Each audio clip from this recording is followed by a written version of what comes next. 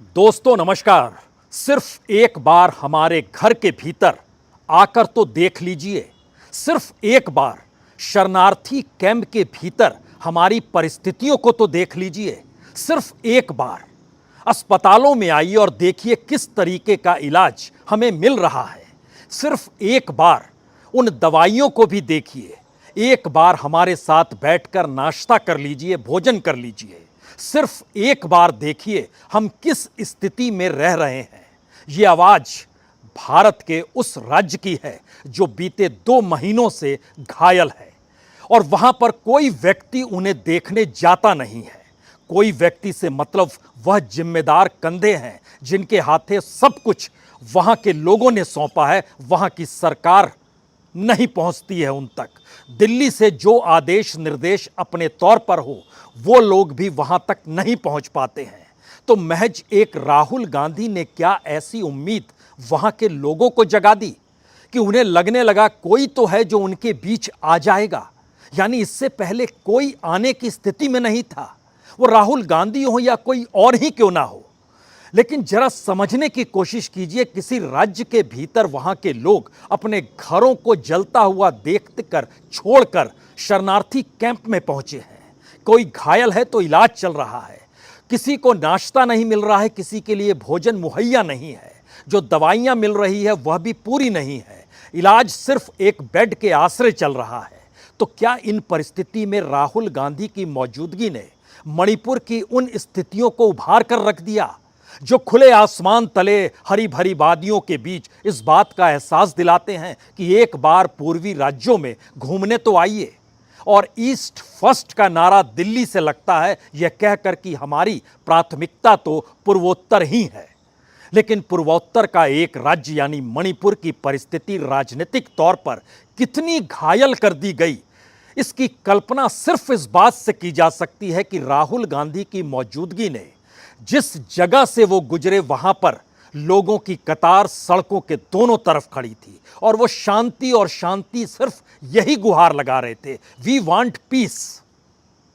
और उसके बाद जब वो शरणार्थी कैंपों में गए, अस्पताल में गए, उन स्कूलों में गए जहां पर अलग अलग लोग ठहरे हुए हैं और उनके बीच जो संवाद बनाया, तो सिवाय आंसुओं के सैलाब के अलावे कुछ भी नहीं था। और इन परिस्थितियों में सरकार ने जो कुछ वहां पर किया है या जो कुछ नहीं किया है, वह स्थिति कहीं दुनिया के सामने आ ना जाए, या फिर जब आने लगी तो परिस्थितियां इतनी नाजुक हो गई कि कहा गया कि राहुल गांधी की मौजूदगी मणिपुर में डबल इंजन की सरकार को परेशानी में डाल देगी और समूचे पूर्वोत्तर राज्यों के भीतर मैसेज यही जाएगा कि इस तरीके की गवर्नेंस होनी नहीं चाहिए जो सांप्रदायिक रंग में भी रंगी हुई है और आदिवासी और जनजातियों को लेकर भी राजनीतिक समाधान टटोलना चाहती है। मुश्किल सवाल यह है कि राज्य के मुख्यमंत्री और उनको लेकर जो सवाल लोगों के बीच थे और दिल्ली के भीतर यह सवाल थे कि मुख्यमंत्री जिस लिहाज से उनके लिए महत्वपूर्ण है और उनकी मजबूरी है, उससे हटकर वो कोई दूसरा रास्ता कैसे खोज सकते हैं। तो क्यों नहीं ऐसी परिस्थिति लाई जाए जिसमें राहुल गांधी की यात्रा ही कमजोर लगे और समूचे मीडिया का ध्यान एक ऐसे प्रकरण पर चला जाए जहां पर लगे कि राज्य के मुख्यमंत्री इस्तीफा दे रहे हैं और इस्तीफा वहां के लोग नहीं चाहते हैं जो अपने तौर पर सब कुछ गंवा चुके हैं। क्या एक पूरी की पूरी स्क्रिप्ट तैयार की गई और उसके बाद एक ऐसी प्रक्रिया शुरू हुई जिसमें मुख्यमंत्री राज्यपाल के पास जाएंगे इस्तीफा देने के लिए, और इस्तीफा देने से पहले ही वो इस्तीफे का कागज फट जाएगा, लोग गुहार लगाएंगे आप इस्तीफा मत दीजिए। क्या ये सब कुछ एक वेल स्क्रिप्टेड दिल्ली और इम्फाल के बीच था?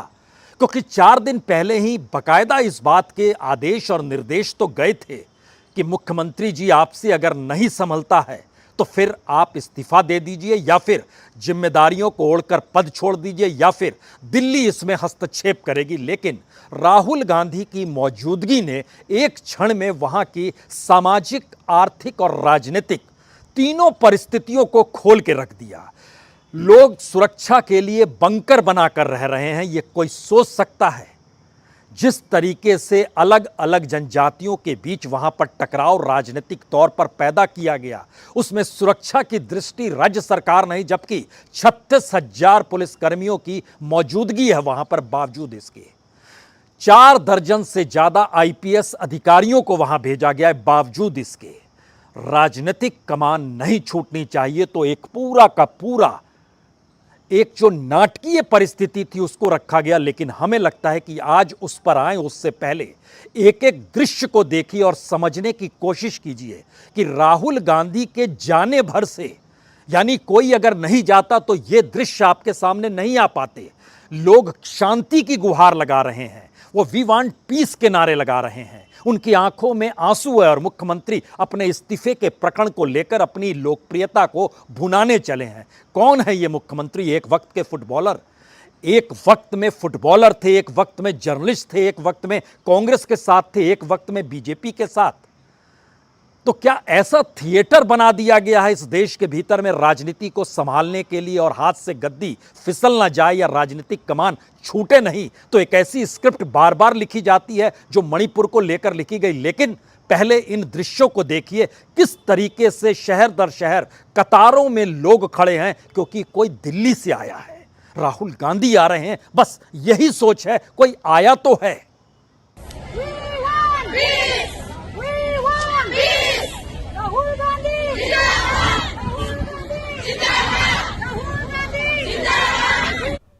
सड़क के दोनों तरफ कतारों में महिलाओं की भीड़, और सबको सिर्फ शांति चाहिए, क्योंकि मणिपुर ऐसा पहले कभी था ही नहीं। और राहुल गांधी जिस गाड़ी से पहुंचते हैं, शोर हंगामा, दरअसल ये चूरा चांदपुर का इलाका है। वो अलग अलग इलाकों के अलग अलग कैंपों में भी जाते हैं। वहाँ पर फोलजोंग का इलाका है, वहाँ पर सोगांदो इलाका है, वहाँ पर मोंगिया इलाका है। और यह राहत कैंप के भीतर जो सुविधाएं दी गई वह सिर्फ चादर है, दरी है। कहीं कहीं मसलद भी आपको मिल जाएगा, लेकिन बाकी जगहों पर वह भी नहीं है। तो जिस तरीके से तिरपाल के आश्रय राहत कैंप बनाए गए, वहां पर न्यूनतम सुविधाएं भी नहीं है। राहुल गांधी ने इन सारी चीजों को देखा, संवाद किया, आपस में बातचीत की, उन परिस्थितियों को समझने की कोशिश की कि किन हालातों में यह लोग इस वक्त यहां पर रह रहे हैं। वो जानते हैं कि उनकी यात्रा शायद मणिपुर के भीतर पहली किसी नेता की यात्रा है, और यह इंतजार मणिपुर के लोगों का था, कोई तो यहां आएगा। और राहुल गांधी पहुंचे हैं तो हर कोई अपने दर्द को उनसे बांटना चाहता है, बताना चाहता है कि किन हालातों में उन्हें घर छोड़ना पड़ा। और शायद यही वजह है कि तमाम स्थितियों को समझने के बाद राहुल गांधी ने पत्रकारों के सामने बताया उन्होंने क्या बातचीत की, लोगों ने क्या उनसे कहा, सब कुछ बताया। I came here because I wanted to share the pain of the people of Manipur. It is a horrible tragedy that has taken place, very extremely sad and painful for all the people of Manipur and all the people of India as well. I went to the camps, met people from all communities. One of the things I would say to the government is that the basic amenities in the camps, they need to be improved. Food needs to be improved. Medicines need to be supplied. Manipur को शांति की जरूरत है, हिंसा से कुछ नहीं होने वाला है। मैं यहाँ हाजिर हूँ, जो भी मैं कर सकता हूँ, जो भी मदद मैं कर सकता हूँ शांति के लिए, मैं करने के लिए तैयार हूँ। धन्यवाद। प्रधानमंत्री की चुप्पी राहुल जी, सीएम की चुप्पी पे आप क्या कहेंगे? देखिए, सीएम ने एक शब्द नहीं बोला है। देखिए, ये यहाँ मैं कोई राजनीतिक स्टेटमेंट करने नहीं आया हूँ, मैं इन चीजों पे कमेंट नहीं करूंगा। मैं सिर्फ चाहता हूँ कि यहाँ पे जल्दी से जल्दी शांति आए। धन्यवाद। राहुल ने साफ कहा वो राजनीति करने नहीं आए हैं, लेकिन मुख्यमंत्री आवास के भीतर और बाहर क्या कुछ हो रहा है यह दृश्य बताने के लिए काफी है।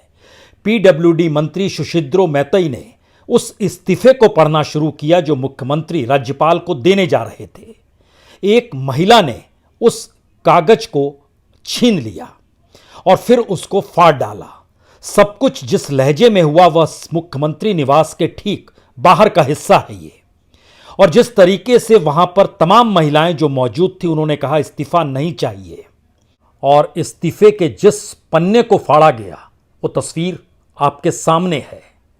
चंद शब्दों में इस्तीफा इस कागज पर लिखा गया था, सिर्फ 2 लाइन का इस्तीफा, और उस कागज में बकायदा सीएम ऑफिस से DO number 1/24 2023 Imphal 30 June. Honourable governor madam, I hereby submit my resignation as CM of Manipur. I thank you for your cooperation and guidance during the past few months. Yours sincerely, N. Biren Singh. यही वो कागज है जिसको वहां के लोगों ने फाड़ दिया और उसके बाद बकायदा सरकार की तरफ से मंत्री निकल कर आए और 20 मंत्रियों के काफिले को लेकर या कहीं 20 एमएलए को लेकर साथ बीरेन सिंह राजभवन जाना चाहते थे, लेकिन घर के बाहर ही लोगों का हुजूम जमा था। उनकी मौजूदगी के भीतर वही पत्र पढ़ के वहां के पीडब्ल्यूडी मंत्री ने सुनाया और उसके बाद उस कागज को एक महिला ने छीन लिया। उस महिला के राजनीतिक ताल्लुकात क्या कहते हैं, और जब उसे फाड़ दिया गया और उसके बाद दोबारा सीएम बंगले में लौटे हुए तमाम मंत्री और एमएलए, तो उन्होंने बाहर निकलकर कहा कि अब मुख्यमंत्री इस्तीफा नहीं देंगे और उनकी तरफ से बकायदा जो गवर्नमेंट के स्पोक्स पर्सन हैं समाबेप रंजन सिंह, उन्होंने कहा कि अब इस्तीफा नहीं देंगे।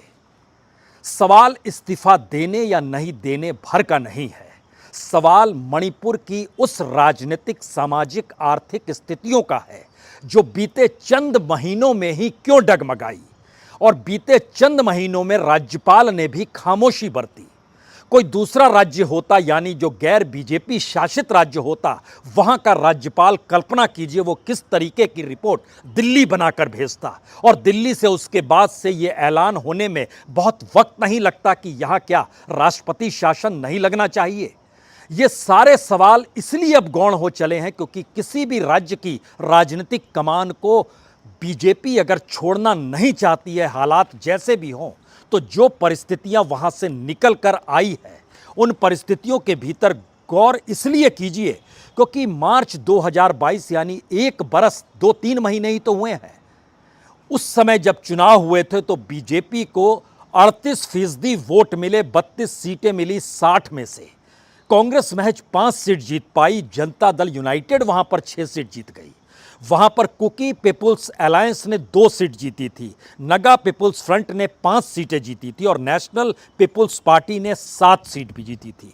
अब एक क्षण के लिए कल्पना कीजिए कि मणिपुर के भीतर के जो हालात हैं, जो सवाल खड़ा कर रहे हैं, उसमें सिर्फ कांग्रेस और जेडीयू के विधायक नहीं हैं, उसमें कुकी पीपुल्स अलायंस के लोग हैं, उसमें नगा पीपुल्स फ्रंट के लोग हैं, उसमें नेशनल पीपुल्स पार्टी के लोग हैं जो वहां के हालात से दुखी हैं।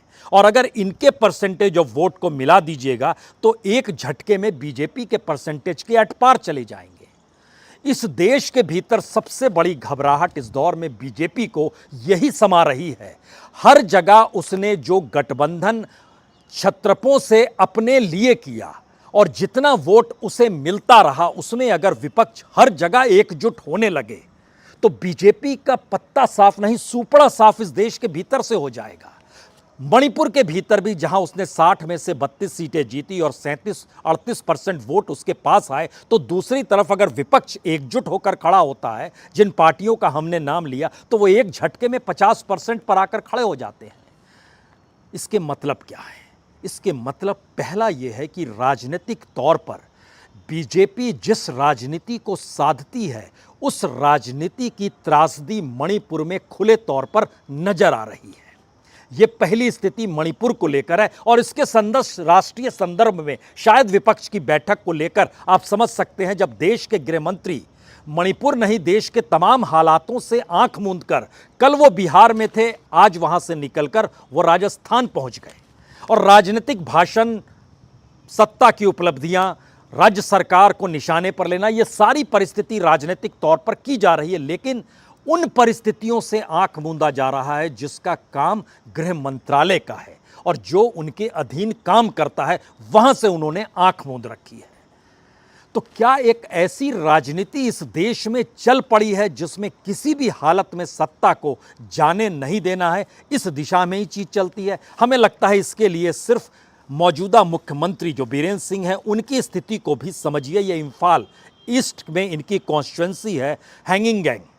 यहाँ पर ये 2002 से चुनाव जीतते आ रहे हैं। 2002 में जब पहली बार जीते थे, उस समय ना ये कांग्रेस के साथ थे ना बीजेपी के साथ थे। उस वक्त ये एक पॉलिटिकल तौर पर वहाँ डेमोक्रेटिक रिवॉल्यूशनरी पीपुल्स पार्टी हुआ करती थी। बाकायदा चुनाव लड़े, जीते भी, लेकिन अगले ही बरस कांग्रेस में आ गए 2003 में। उसके बाद 2007 में चुनाव भी जीतते हैं और उसके बाद 2 मंत्री भी बनते हैं और 2016 में वह बीजेपी में आ जाते हैं और फिर उसके बाद मुख्यमंत्री का रास्ता साफ होता है।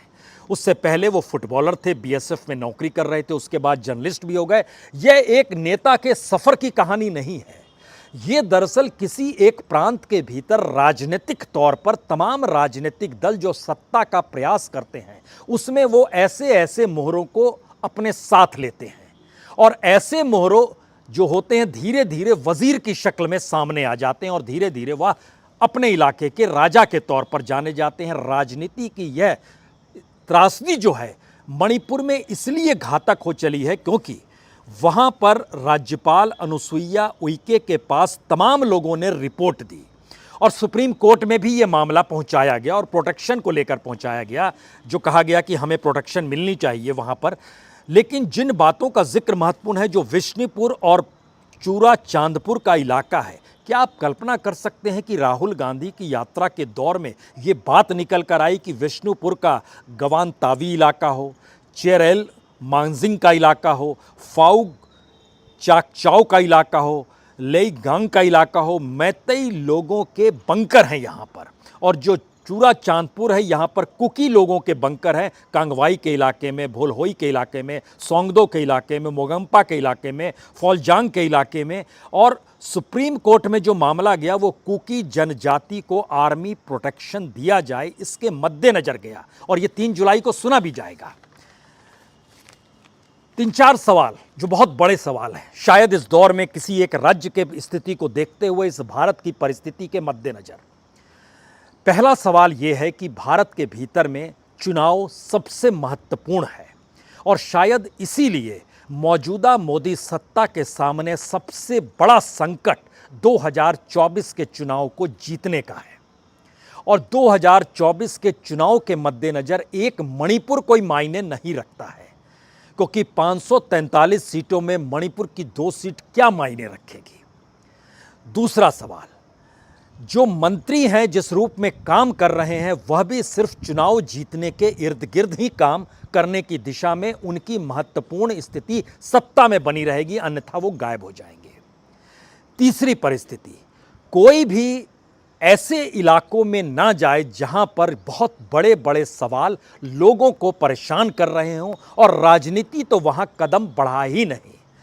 एक क्षण के लिए ध्यान दीजिए, भारत जोड़ो यात्रा से पहले भारत के तमाम राजनीतिक दल 2014 से भी अगर आप देखना शुरू करें, इस देश के अलग अलग हिस्सों में कई संकट आए हैं, लेकिन कोई भी राजनीतिक दल लोगों के भीतर नहीं गया मुश्किल हालातों को लेकर। सभी अपनी अपनी राजनीति को साधने में लगे रहे।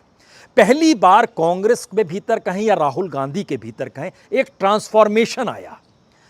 ये कोई कांग्रेस के भीतर बड़ा ट्रांसफॉर्मेशन नहीं कह सकते, हाँ राहुल के जरिए कांग्रेस अपने आप को अब देखने लगी है, यह एक बड़ा ट्रांसफॉर्मेशन हो सकता है। और शायद इसीलिए राहुल गांधी की मौजूदगी राजनीति के उस पारंपरिक तौर तरीकों को बदल दे रही है जिस पारंपरिक तौर तरीकों में बीजेपी माहिर रही है, यानी बीजेपी चुनाव जीतती रही है। अब अगर इस हिसाब से उस नैतिकता का पाठ पढ़ते हुए राहुल गांधी जिस रियल पॉलिटिक्स का जिक्र कर रहे हैं और वो परिस्थिति अगर जैसे ही उभर कर आती है बीजेपी के लिए, अगर राजनीतिक संकट मंडराने लगता है, तो एक क्षण के लिए जरा स्थिति को समझिए कि राहुल गांधी की इस देश में जहां जहां मौजूदगी होगी, कांग्रेस का दूसरा कोई नेता कहीं भी जाए, बीजेपी को कोई परेशानी नहीं है। जो भी अपने आप को बहुत तिरंदाज समझते हैं कांग्रेस के नेता के तौर पर, वह भी कहीं जाकर देख लें, कोई असर नहीं पड़ेगा। लेकिन राहुल गांधी की मौजूदगी भारत के भीतर उस राजनीतिक ट्रांसफॉर्मेशन की दिशा में राजनीति को लाकर खड़ा कर रही है जहां लोगों के भीतर यह सवाल गूंजने लगा है, इस डबल इंजन का क्या मतलब है। दिल्ली में आपकी सरकार है और आप कोई पॉलिसी पर डिसीजन नहीं ले सकते हैं, तो इसके क्या मतलब है। ये सवाल उठने लगे हैं कि लोगों की परेशानी और उनके सामने मुश्किल हालातों का समाधान कौन करेगा। और शांति की मांग, वी वांट पीस, सिर्फ इस दृष्टि को अगर अपनाने के लिए लोगों को सड़कों पर खड़ा होना पड़े और राहुल गांधी की मौजूदगी इस बात की राजनीतिक एहसास कराने लगे, तो इसका मतलब है कि बीजेपी के लिए एक संकट की घड़ी है। इसीलिए मणिपुर के उस पूरे के पूरे प्रकरण को जरा समझने की कोशिश कीजिए। क्यों राहुल गांधी की यात्रा पर ध्यान कल तो चला गया था, आज ना जाए, इसके लिए मुख्यमंत्री को अपनी लोकप्रियता दिखानी होगी। मुख्यमंत्री लोकप्रिय हैं, इससे इनकार नहीं है, लेकिन मुख्यमंत्री ने दिल्ली को इस बात का भी एहसास कराया है कि जो आपका एजेंडा है, जो वहां पर आरएसएस जो पूरे के पूरे नॉर्थ ईस्ट के इलाके में अलग अलग शाखाओं के जरिए फैली हुई है और आरएसएस की शाखाओं में वहां की मौजूदगी में वो अपने एहसास को जीती है, तो उनकी मौजूदगी तभी संभव है जब बीरेन सिंह वहां पर बतौर मुख्यमंत्री मौजूद रहेंगे। तो कुछ ऑक्सीजन दिल्ली से आपको दिया जाता है कि आप मौजूद रहिए, लेकिन इस तरीके से रहिए कि राजनीतिक कमान ढीली ना पड़े और राजनीतिक कमान जब तक आपके हाथ में है तब तक आप लोकप्रिय अंदाज में अपनी राजनीति को साधने में मशगूल हो जाएं। क्या ऐसी परिस्थिति इस देश के भीतर कभी रही और कभी ऐसी परिस्थिति आई जो राजनीतिक तौर पर एक बदलाव की दृष्टि से भारत की राजनीति को बदलने की दिशा में चली जाए? शायद इसीलिए मौजूदा वक्त में दिल्ली की राजनीतिक सत्ता के माथे पर शिकन है, पसीना टपक रहा है। वो जान रहे हैं कि आसमान में अंधेरा घना होने लगा है, जमीन पर वो हरियाली राजनीतिक तौर पर बच नहीं रही है। पता नहीं कब आसमान फट पड़े और कब जमीन को निगलने पर आमदा हो जाए जो राजनीतिक जमीन है।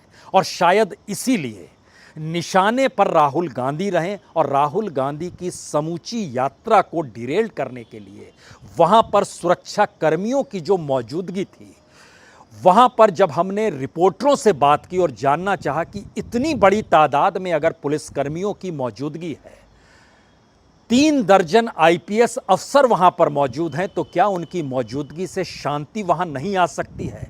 कोई ऐसा रिपोर्टर नहीं था जिसने इस बात से इनकार किया कि ऐसा संभव नहीं है।